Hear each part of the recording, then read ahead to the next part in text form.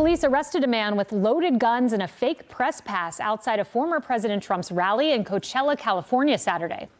Brian Kilmeade spoke to the local sheriff this morning on Fox and Friends. The original deputy that stopped him and talked to him and noticed all these things and eventually ended up getting his consent to search the vehicle, located all of these items. So had he not had that encounter with that deputy, he certainly would have been on the grounds.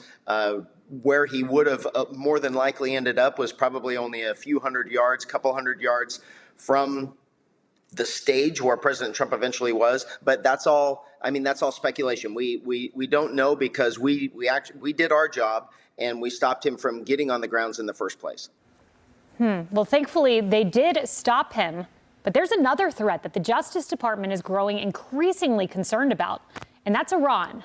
Iran has a hit list of former Trump aides involved in the strike that took out Iranian General Qasem Soleimani.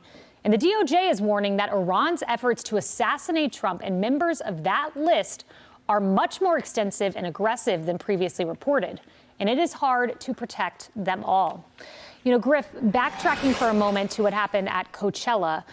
This was great law enforcement work. This is a sign that security has been increased. There used to be just inner, outer perimeter. Outer's what law enforcement controlled. This guy did not even make it to Secret Service. They just noticed his car looking a little junky, asked him questions, and he never even got to the Secret Service checkpoint. Great police work. Kudos to the sheriff. And it doesn't appear this was an assassination attempt. But the questions that we're left with now are, one, we don't know a lot about this guy, even though he appeared to be a Trump supporter of sorts. Why was he trying to get to the rally with these guns? And yet, under California law, he was released after he was arrested because the charges were misdemeanors. So wouldn't you think, whatever the deeper investigation would be on this guy, we should at least hold him for a few days while we figure out to make sure there are no ties? In the larger picture, it's a stark reminder of what I think is maybe an inflection point in this country about the threats to a political candidate. The top political candidate in this case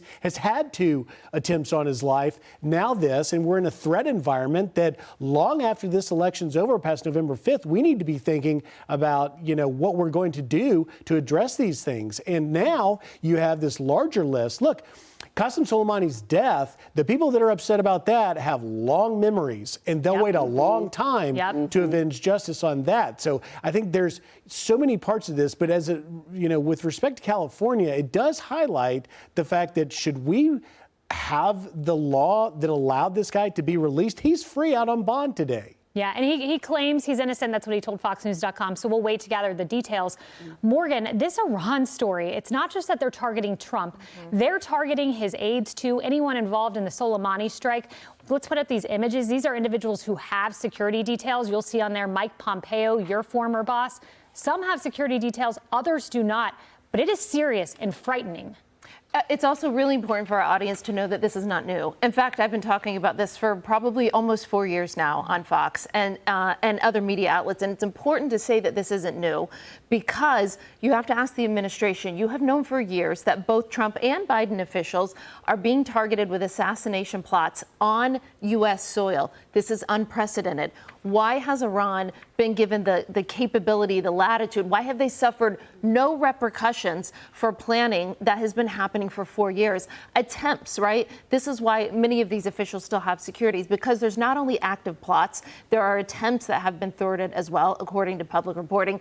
None of this is new. It has been going on for years. Meanwhile, this was going on whenever the Biden administration, weeks before October 7th, negotiated to give $6 billion to Iran for American hostages. Meanwhile, the Biden administration has also said that Iran is paying for some of the anti-Semitic protests. They're fueling dissent online. They are interfering in our election right now and trying to kill officials, and it is not new. This is what is jarring to me. That is so well said and put so succinctly. But Cheryl, I worked with Robert O'Brien. He was national security advisor when Soleimani was hit, when he lost his life, thankfully. But Robert O'Brien was one of the people that was targeted by Iran. He went over to France in 2022 to receive an award. There were 2 Middle Eastern men that were following him while he was there. His security detail pulled him.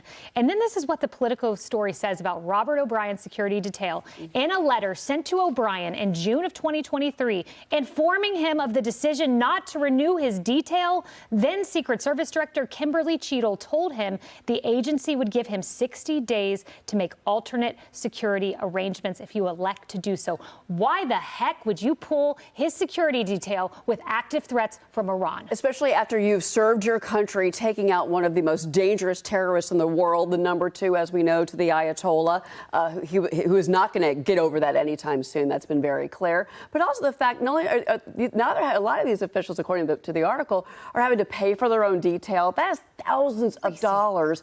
It's not like a lot of people on government salaries have thousands of dollars to just throw out there for security. But really quick, Sean Savitt, who was speaking for the NSA, said that, well, okay, now Iran, if anything happens, Iran will face severe consequences. Right. Oh, well, they faced so many severe consequences in recent years for all the other acts of terror and their proxies, and all the other things they've done in the Middle East, and now they're on our soil.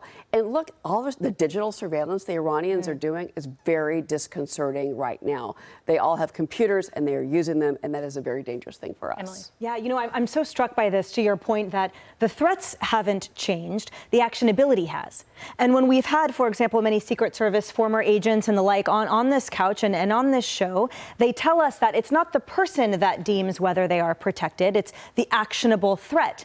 And here we learn that these threats are persistent, and yet the actionability is even more great now under this incompetent administration, under this emboldening, appeasing administration that has certainly opened the doors for Iran to make their plans and to actually execute upon them.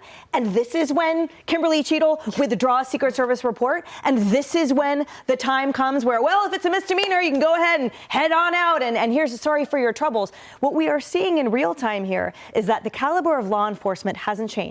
And the continued threat from Iran and our enemies has not changed. But under this administration, the accountability, the actionability, and the repercussions have. So now an attempted assassination alleged walks free a day later. And now Iran says, oh, great, we have an in. Let's all go hands in. Yep, you serve your country honorably, you end up on an Iranian hit list, and then your security's yanked. How about that? Hey everyone, I'm Emily Campagno. Catch me and my co-hosts Harris Faulkner and Kaylee McEnany on Outnumbered every weekday at 12 p.m. Eastern, or set your DVR.